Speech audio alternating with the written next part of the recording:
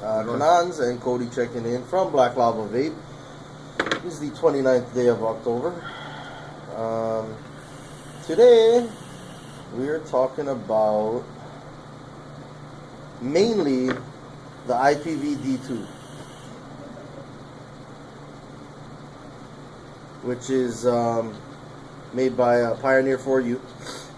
It is a 75 watt temperature control mod, and runs off one 18650 battery. Right now Cody has his Goblin Mini on it. And it is literally a pretty bulletproof, solid device. Mine, which I don't have with me unfortunately today, is at home, and you guys know I beat the shit out of my mods. My 510 actually just came right out. It's still attached to the wire, and to be honest, it's some of the best soldering I've seen done on any device. And the 510 came out, and that's it. It still fires. I could dangle the atomizer loose on it, and it still fires. But all I had to do was push the 510 back in, and it's like nothing happened.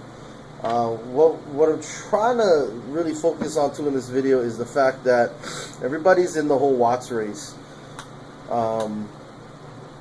Oh, you know, Snow Wolf's 200 watts temperature control. You know, IPv4S, and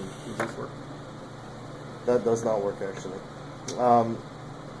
Don't try not to get caught up in the whole wattage race. It's cool, I guess, to be running at 100 watts, but if I can produce the same amount of vapor at 40,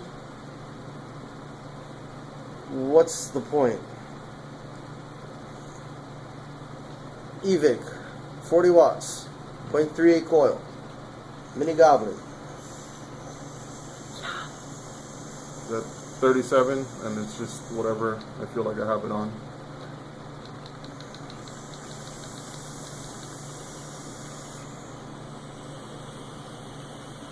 We're still dumping clouds. It's still huge amounts of vapor.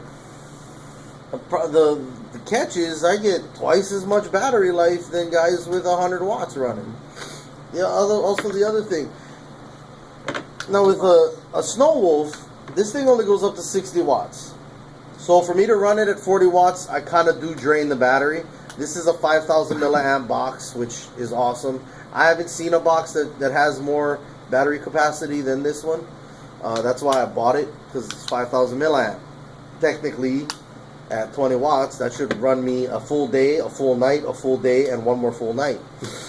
Running it at 40 watts, I lose that last night. I got to charge it at the end of the day or whatever.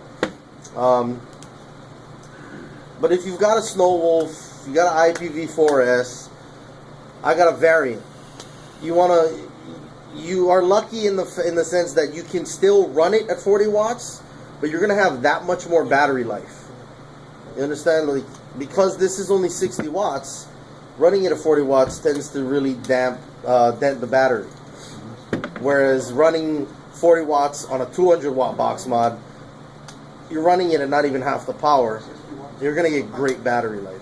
What I'm trying to say is, if you guys really figure out your coils, the lower you run your coils, the lower wattage you can run it to have it perform better. Nobody needs to vape at 100 watts. It's not necessary. If you feel like you have to, you're probably building wrong. You might even be better off with just upping your NIC a little bit, if that's the issue, if you need something that's more satisfying. It's vaping is harm reduction. When you press the button on your mod and your dripper catches on fire, Sorry? Where's the reduction in harm there? Because that can fucking happen with the cap on while you're sucking it down.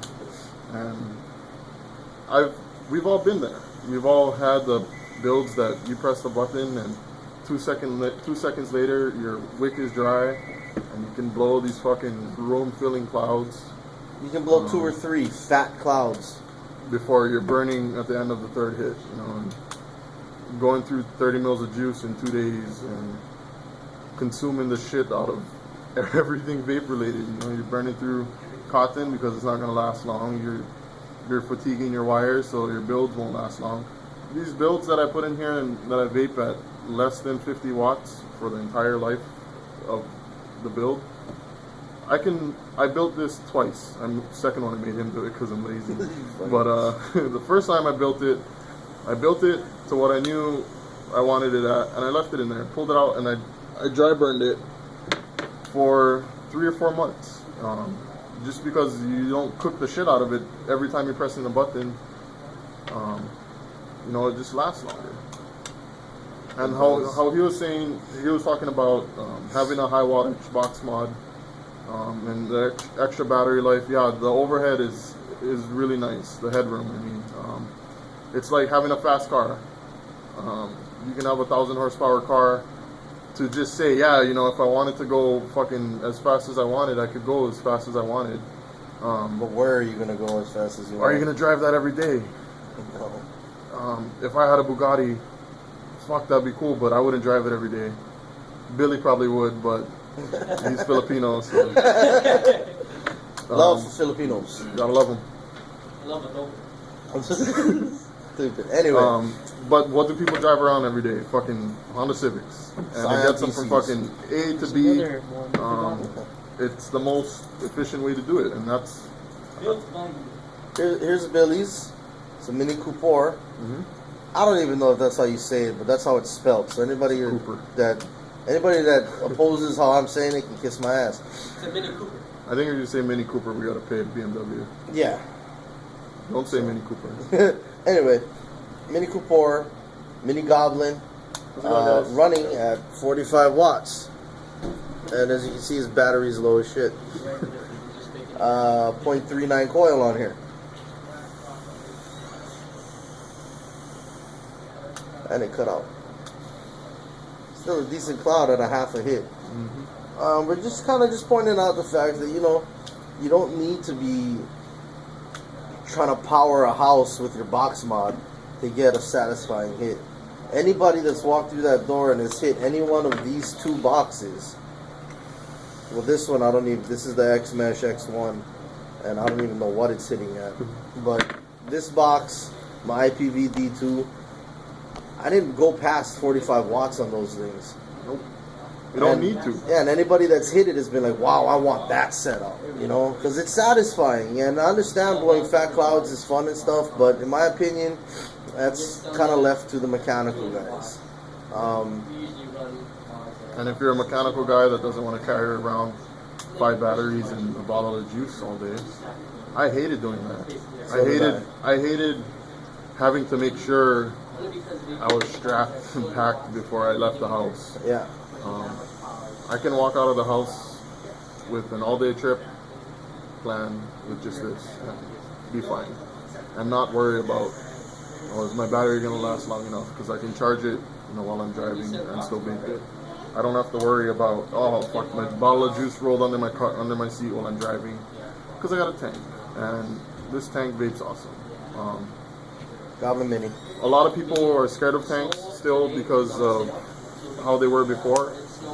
There still are beginner tanks. They're still the same shit that I started vaping on. You can go and buy that now, and it still works like it did when it was new. But the new stuff that's coming out now, I'm not gonna lie, it's not equal to a dripper. But we're talking about like maximum performance. We're talking about as much clouds as I can get out of a dripper. If I put the same build in a drip that I have in this, I would probably take this just because I don't have to drip. Yeah. And it may sound like I'm lazy, and you're right. It boils down to convenience, though. I am. And safety. When you were smoking cigarettes, did you roll your own cigarettes? 90% of you probably not. There are the diehard roll your owns who are probably still smoking because they like that. And there are the people that, pipe tobacco, the people that chew. Those are, the other 10%. The point is that we want to get across that you don't need 100 watts to get a satisfying vape. You don't need 100 watts to get a huge cloud.